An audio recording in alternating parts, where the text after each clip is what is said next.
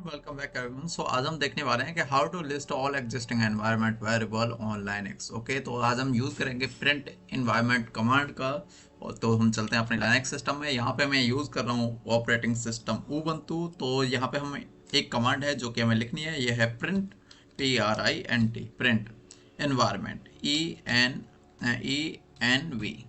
ठीक है, ये कमांड है जो कि तुम्हें सारे के सारे इन्वायरमेंट वेरिएबल दिखाएगी एग्जिस्टिंग जितने भी हैं। ठीक है, जैसे मैंने एंटर किया यहाँ पे तुम्हारे सामने लिस्ट जा रही है। ठीक है, इस लिस्ट में तुम सारे के सारे इन्वायरमेंट वेरिएबल देख सकते हो। ठीक है, अब तुम जैसे कि आखिरी में देखो ये इन्वायरमेंट वेरिएबल सारे के सारे इस तरह से।